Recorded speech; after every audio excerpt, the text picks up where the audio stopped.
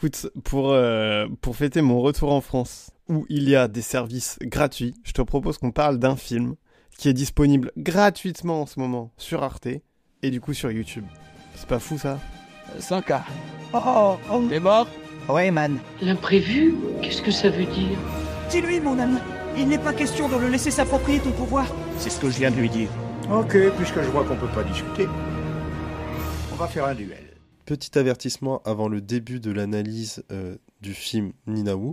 C'est un film qui parle notamment d'agression sexuelle. On va évoquer le sujet en parlant du film. Donc si c'est des sujets qui sont très sensibles pour vous, on vous déconseille le visionnage du film. Et pendant notre critique, on va pas évoquer le sujet, mais ça pourrait également vous déranger.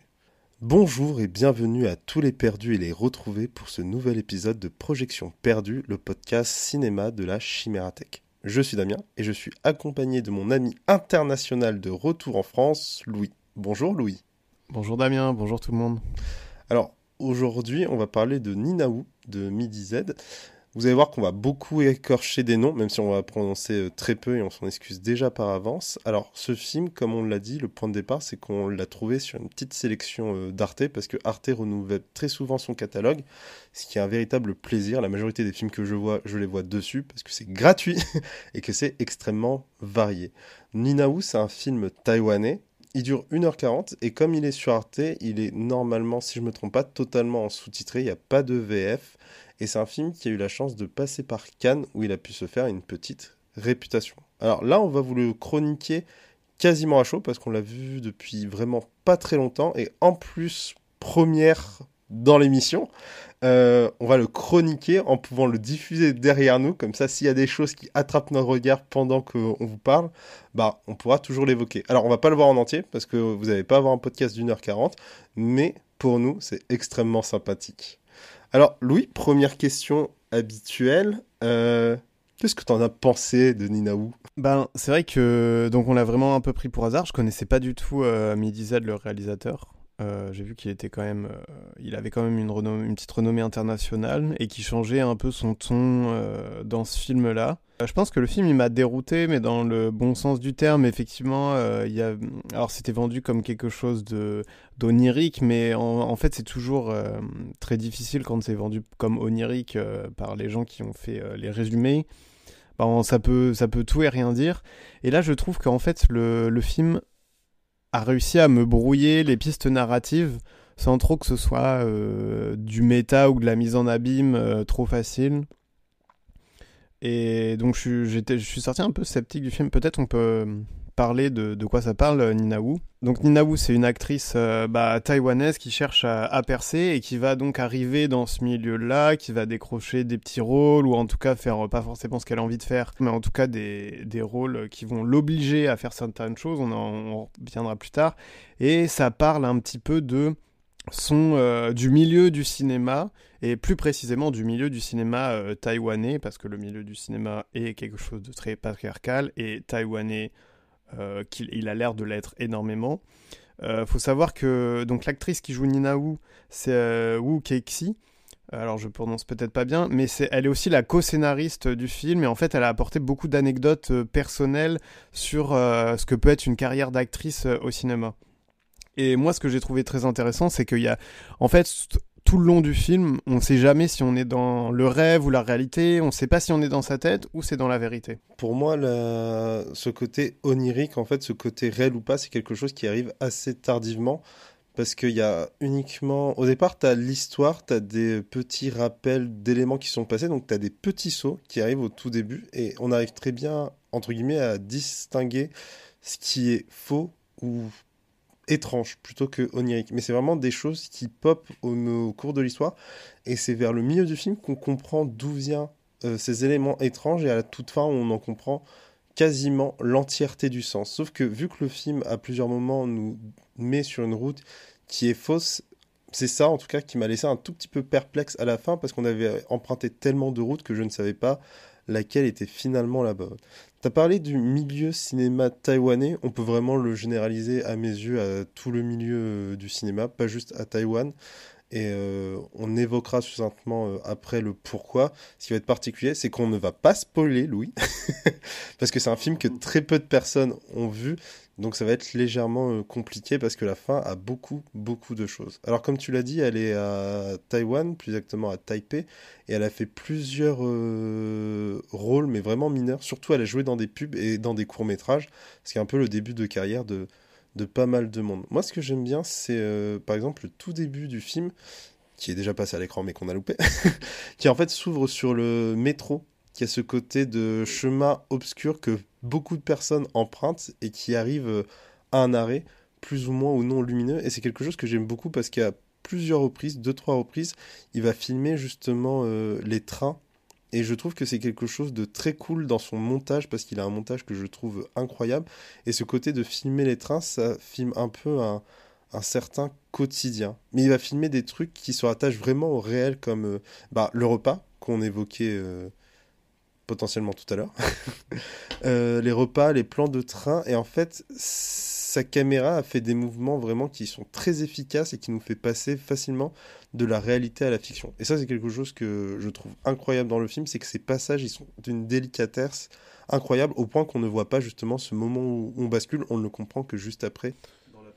Ouais, alors au début, justement, il est sur le tournage d'un film et il va y avoir un peu cette gimmick qui revient souvent, je trouve, dans les films qui parlent justement de cinéma. C'est qu'on va voir une scène et puis tout à coup, on va entendre couper et puis en fait, va y avoir un plan plus large et puis on va se rendre compte qu'ils sont en train de tourner.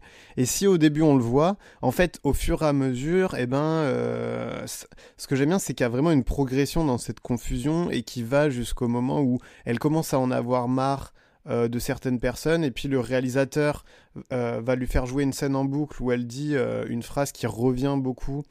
Alors je vais paraphraser, mais elle dit quelque chose comme j'en ai tous marre de vous, quelque chose comme ça, faut que j'en finisse ou je sais pas quoi, je vais partir avec toi. Et elle n'arrive pas à jouer dans l'émotion, donc le réalisateur lui dit non mais c'est pas ça, vas-y dis-moi ce que t'as sur le cœur, et elle lui dit ces 4 vérités au réalisateur, et tout à coup ça lui permet de bien jouer cette scène-là. Et donc, tu as un peu cette chose, une espèce d'aliénation où en même temps, elle va se servir de l'énergie de l'énergie qu'il y a sur le tournage toxique pour jouer ce personnage-là. Et moi, ça m'a fait penser à... Alors, je sais pas tout à fait si c'est vrai, hein, parce que c'est toujours... tant qu'il n'y a pas de document, mais sur le tournage de Shining, où apparemment Kubrick était odieux avec son actrice Shelley Duvall, qui apparemment Kubrick la rendait un peu folle sur le tournage pour qu'elle soit vraiment dans le bon état. Et ça m'a vraiment un peu fait penser à ça d'une certaine manière, où là, il y a une espèce de translation entre la toxicité qu'il peut y avoir dans le personnage sur le tournage, qui doit, en fait, à mon avis, être discuté dans le sens où est-ce qu'on doit vraiment mettre les personnages dans certains états, où moi j'ai toujours du mal quand on dit que l'acteur doit vraiment devenir son personnage, même en dehors du tournage. Mais c'est aussi une vision de l'acteur que je partage pas forcément. Il y a un truc qui est intéressant parce que tu as parlé de toxicité du tournage, et la toxicité, en fait, elle vient surtout de la relation entre le réal et elle. Alors, au tout début, dans la scène du casting de tout début, tu as un moment où justement elle est sélectionnée, moment qu'on vient juste de passer à l'écran. Et le truc qui est intéressant, c'est qu'elle passe le casting, tu as le producteur qui semble à fond sur elle, mais tu as le réal en fait qui fait une croix sur elle en mode non, elle n'aura jamais ce rôle. Et durant tout le film, il va y avoir une violence morale et physique envers elle. Par exemple, le moment où il lui pousse à dire ses 4 vérités, il la frappe, mais avant d'avoir cette scène où il commence à la frapper et du coup d'avoir ce moment où on a une violence physique, on a tout la scène d'avant où en fait elle est sur le tournage, elle est en train de manger et en fait elle doit manger un truc et ensuite dire la réplique. Et du coup, elle mange, elle laisse un temps pour mâcher et avaler, et ensuite elle dit la réplique, et le réel lui dit non, il faut pas que tu mâches, il faut que tu dises tout de suite la réplique. Et elle lui dit mais je peux pas la dire en mangeant, il y a personne qui fait ça, et c'est exactement ce que le réel veut et lui impose. Et ce que je trouve, c'est que quand le réel essaye de lui expliquer une scène, il lui dit pas vraiment ce qu'elle doit faire, il lui parle seulement de quelque chose qui n'est pas concret, il va lui parler de sensations et de sentiments. Par exemple, elle doit tourner une scène de sexe, c'est quelque chose qu'on lui dit dès le départ dans le casting, et lui, quand il lui explique la scène, il lui dit pas exactement ce qu'elle va devoir faire. Il va dire que c'est pas une scène de sexe, il va lui parler d'une scène de chagrin, de confusion et de folie. Il va lui demander d'exprimer des sentiments, alors que elle doit jouer. Et c'est quelque chose qui participe un tout petit peu à la confusion, et ce qui rend aussi le réal pas pas très sympathique. Ouais, bah d'ailleurs, je la trouve assez bien jouée, comment elle est mise en scène, la scène où c'est que des plans fixes et qui switch de position en position. Et il y a un côté très mécanique, dans le sens où on les voit même pas bouger, et c'est juste, ça va cutter, enfin ça va jump cutter, et ils vont changer de position à chaque fois, et il y a un côté un petit peu cru qui donne pas du tout envie et qui rend ça très très très très froid, quoi. C'est drôle que tu parles de couleurs parce que j'ai noté qu'il y avait des couleurs extrêmement froides ou des couleurs qui étaient chaleureusement, mais j'ai indiqué chaleureusement dangereuses. Notamment, c'est des moments qu'on va voir lorsqu'elle va être chez elle et qu'elle va avoir ces moments oniriques qui sont des moments assez inquiétants. Ou lors, par exemple, ils vont filmer la scène de sexe où, pour le coup, ben, c'est la seule scène où tu la vois en fait répéter, mais répéter les positions qu'ils doivent faire pendant la scène. Ce qui est intéressant, c'est parce que bah, l'image en soi est très froide, mais les moments où il y a de la chaleur, c'est pas des moments qui sont très réconfortants en fait. Bah ouais, c'est vrai. Alors moi j'ai trouvé que l'image était assez belle, puisqu'on parle dessus. Je sais pas ce que toi t'en as pensé de manière générale. Il y a quand même des... Tout est très langoureux dans les plans. C'est soit des plans fixes, ou soit il y a souvent des travelling avant ou arrière, mais qui sont souvent très légers. Et il y a souvent des tableaux assez larges. Et ce qui a l'air de ce que j'ai vu de la filmographie du réalisateur de dénoter, parce que, alors, il a un côté très réel, il a aussi fait du documentaire, et ça m'étonne pas trop, et d'ailleurs c'est la première fois qu'il aborde ce sujet-là aussi de la place des femmes dans le milieu du cinéma, ou de comment elles sont traitées, et des actrices. Mais moi j'ai trouvé ça super beau. Je trouve les plans super beaux. J'ai littéralement une section qui est dédiée à ça. Notamment un moment où on est après le tournage et en fait le film s'est super bien passé, donc elle est devenue une sorte de star. T'as un moment où il y a toute une scène sur le masque qu'elle met et le massage, qui a un plan qui est très beau. Tu as une agression au couteau qui est aussi super bien rendue, mais l'un des plus beaux plans du film, c'est le moment où j'ai noté le truc sur les couleurs. C'est pour moi le plan où elle est sur un bateau et qu'il va y avoir une explosion.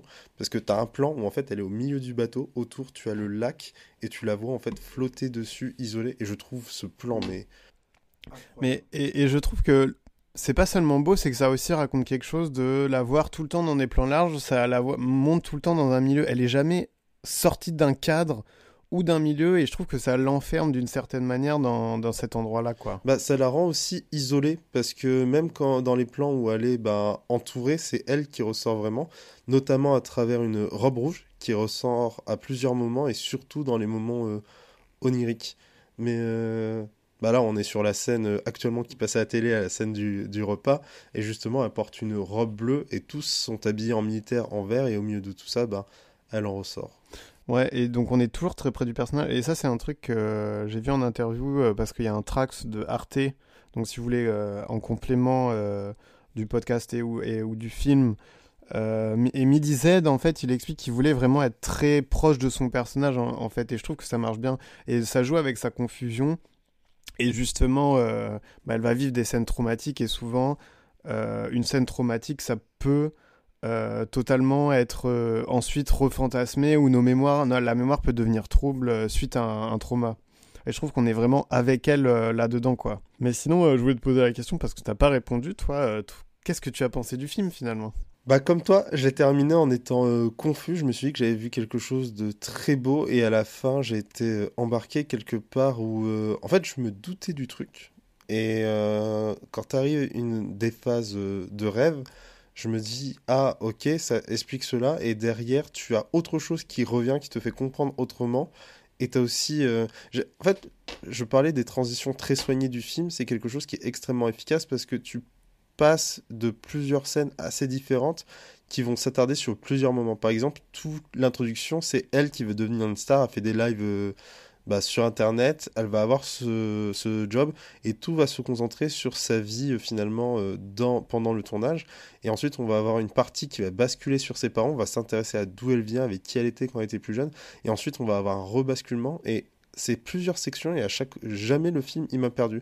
Mais à la fin, quand je l'ai terminé, il y a cette question par rapport à tout ce qu'il nous a montré, de se dire est-ce que le film en lui-même, en entier, est-ce qu'il se tient ou est-ce que en fait la confusion la confusion vient du film? Est-ce qu'il vient de nous ou est-ce que c'est le film qui émane Bah, j'ai l'impression que le film est confus mais cherche à l'être et c'est ça qui est intéressant. Après aussi, moi je trouve que ce qui marche, bah, c'est que je me sens un peu asphyxié dans ce film-là. Donc je tiens à faire un disclaimer, ça peut être assez difficile pour certaines personnes qui ont vécu potentiellement des oppressions. À mon avis, ça doit pas être si simple à regarder. En tout cas, moi j'étais un peu pas bien devant le film et du coup je trouve qu'en ça, il marche... en tant que émotion que j'ai dû ressentir vis-à-vis de ça et qu'est-ce que j'ai ressenti par rapport à sa vie à elle, quoi. Oui. Bah, d'ailleurs, le film tout simple s'appelle Nina Wu parce que le personnage principal s'appelle Nina Wu. C'est pour ça qu'on la suit elle-même. Mais c'est vrai que c'est le passage, une fois que le film est tourné et que finalement il y a la réussite qui est mise en avant, il y a quelque chose qui est très drôle parce que tu as un moment où tu as toute une scène avec des journalistes et je trouve que c'est une scène qui est absolument géniale parce qu'au départ elle est à l'aise, elle parle, on lui dit oui, à ce qui paraît vous avez fait des petits trucs, elle dit ouais, j'ai tourné dans Lucie de Luc Besson, ce qui m'a fait extrêmement rire. Et au fur et à mesure, les questions des journalistes, ils deviennent de plus en plus perso, notamment dans le film, on lui avait dit qu'il y avait une scène de sexe, et normalement, la scène de sexe dans le film, c'est avec 3 partenaires. Et t'as une des journalistes qui lui pose une question, mais de manière passif-agressive et absolument odieuse, où elle lui dit « Oui, vous avez joué une scène avec 3 partenaires, et ça semble pas vous avoir gêné. » Et quand tu écoutes ça, et tu te dis « Elle vient de sortir son film, c'est son premier rôle, c'est une star montante », t'as le journaliste qui arrive et qui sous-entend un truc... voilà, pas très sympathique. Tu te dis, bah, en fait, oui, c'est une femme dans un milieu de cinéma. On lui a fait jouer un rôle qui était, bah, avec un certain niveau de sexy. Et du coup, derrière, les journalistes appuient en mode, ah, mais en fait, vous faites souvent ça dans votre vie intime. Quelque chose qui est, bah, contrecarré un tout petit peu plus tard, lorsqu'elle va retourner dans sa famille. Et on va découvrir un tout petit peu tout son début, notamment qu'elle faisait du théâtre avec une amie.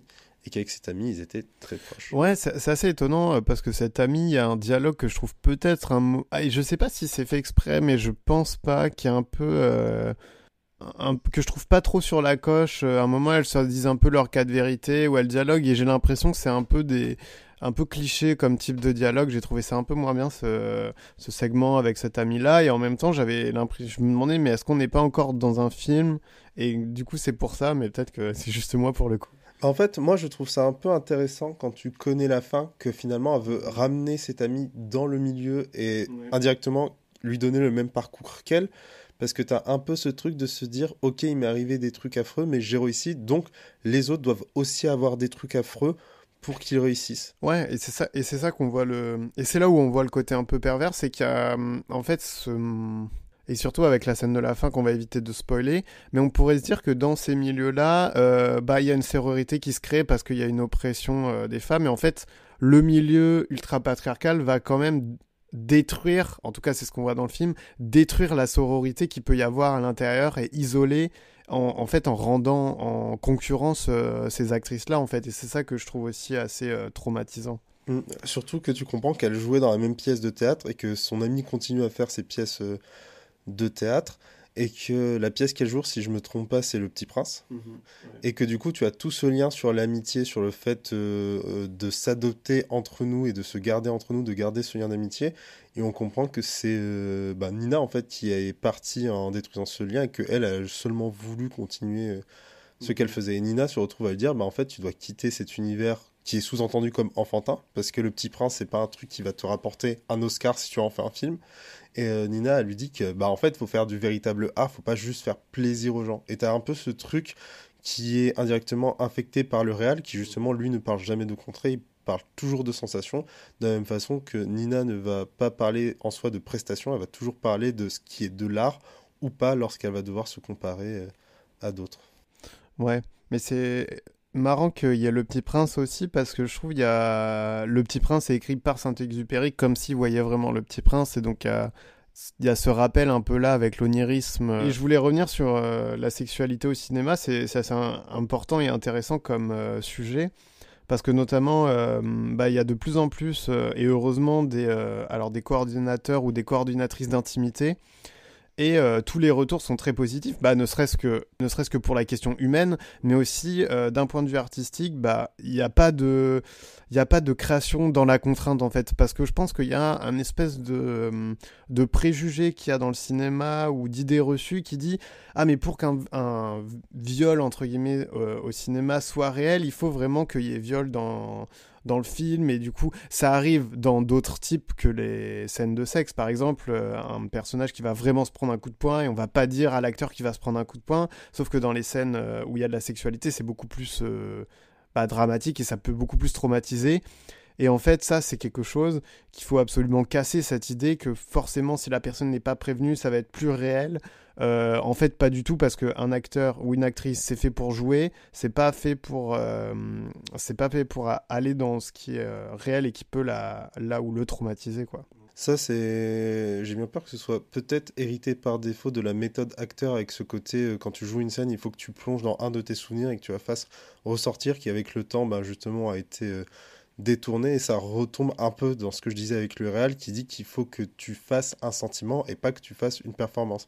Il va te dire, faut que tu fasses un salto, il va pas te dire, il va te dire, fais une pirouette, il va vouloir un salto, il va te dire, il faut que tu ressentes la tourmente au sein de tes sentiments, sauf que ça, ça c'est du discours de bois en fait, ça c'est ce qu'il veut que à l'image ce soit ressenti, sauf qu'il faut qu'il soit un tout petit peu précis avec l'acteur pour lui transmettre.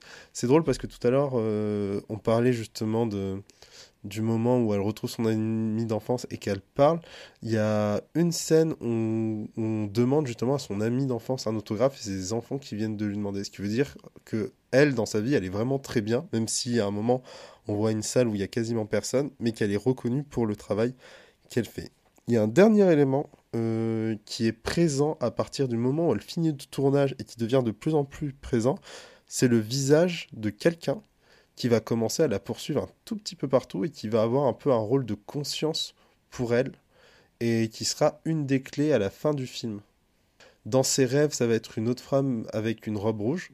Ce personnage, à mes yeux, il va lui servir de conscience, parce que dans l'un de ses rêves, on va penser que c'est un personnage qui a le même tracé de vie que elle, et on va se rendre compte que peut-être que non. Peut-être que ce personnage est là pour lui dire que depuis le départ, elle faisait fausse route. Elle se trompe, ouais. Mais, et ça finit...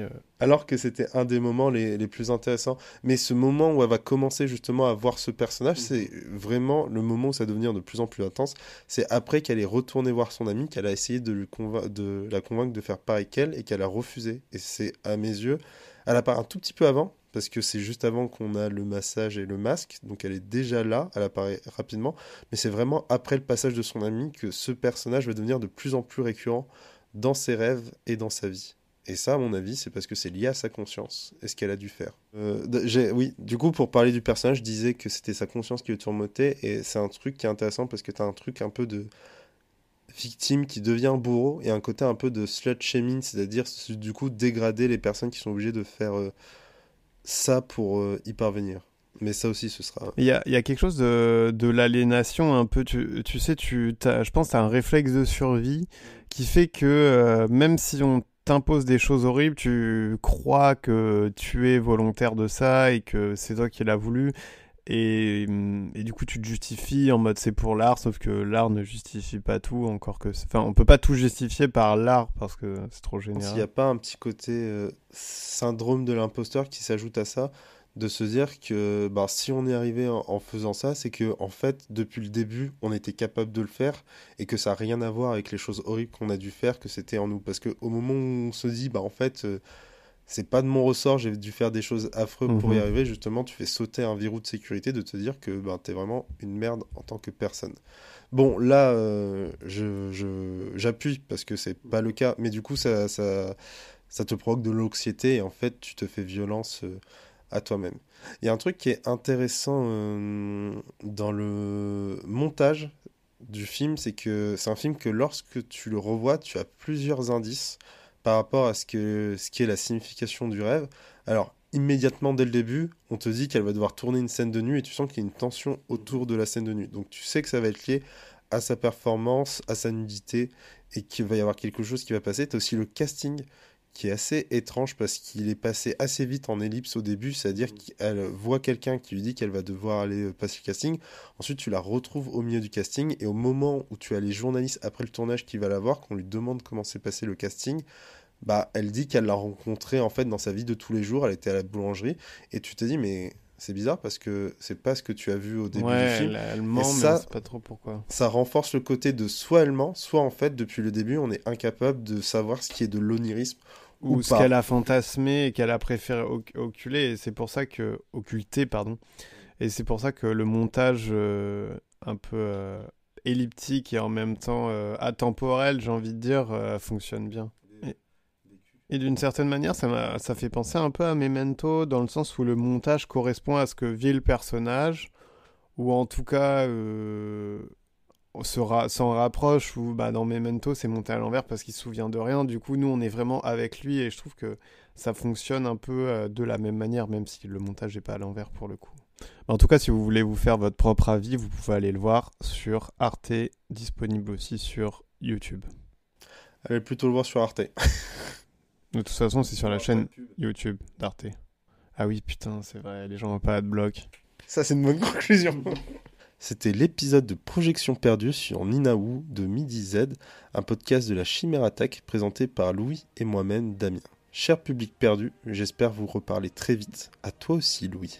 Bah ouais, après l'enregistrement, je pense. Salut tout le monde. Tu veux faire quoi en film de Noël ? Des pâtes. Ah non, pardon. Je pensais que tu parlais de repas.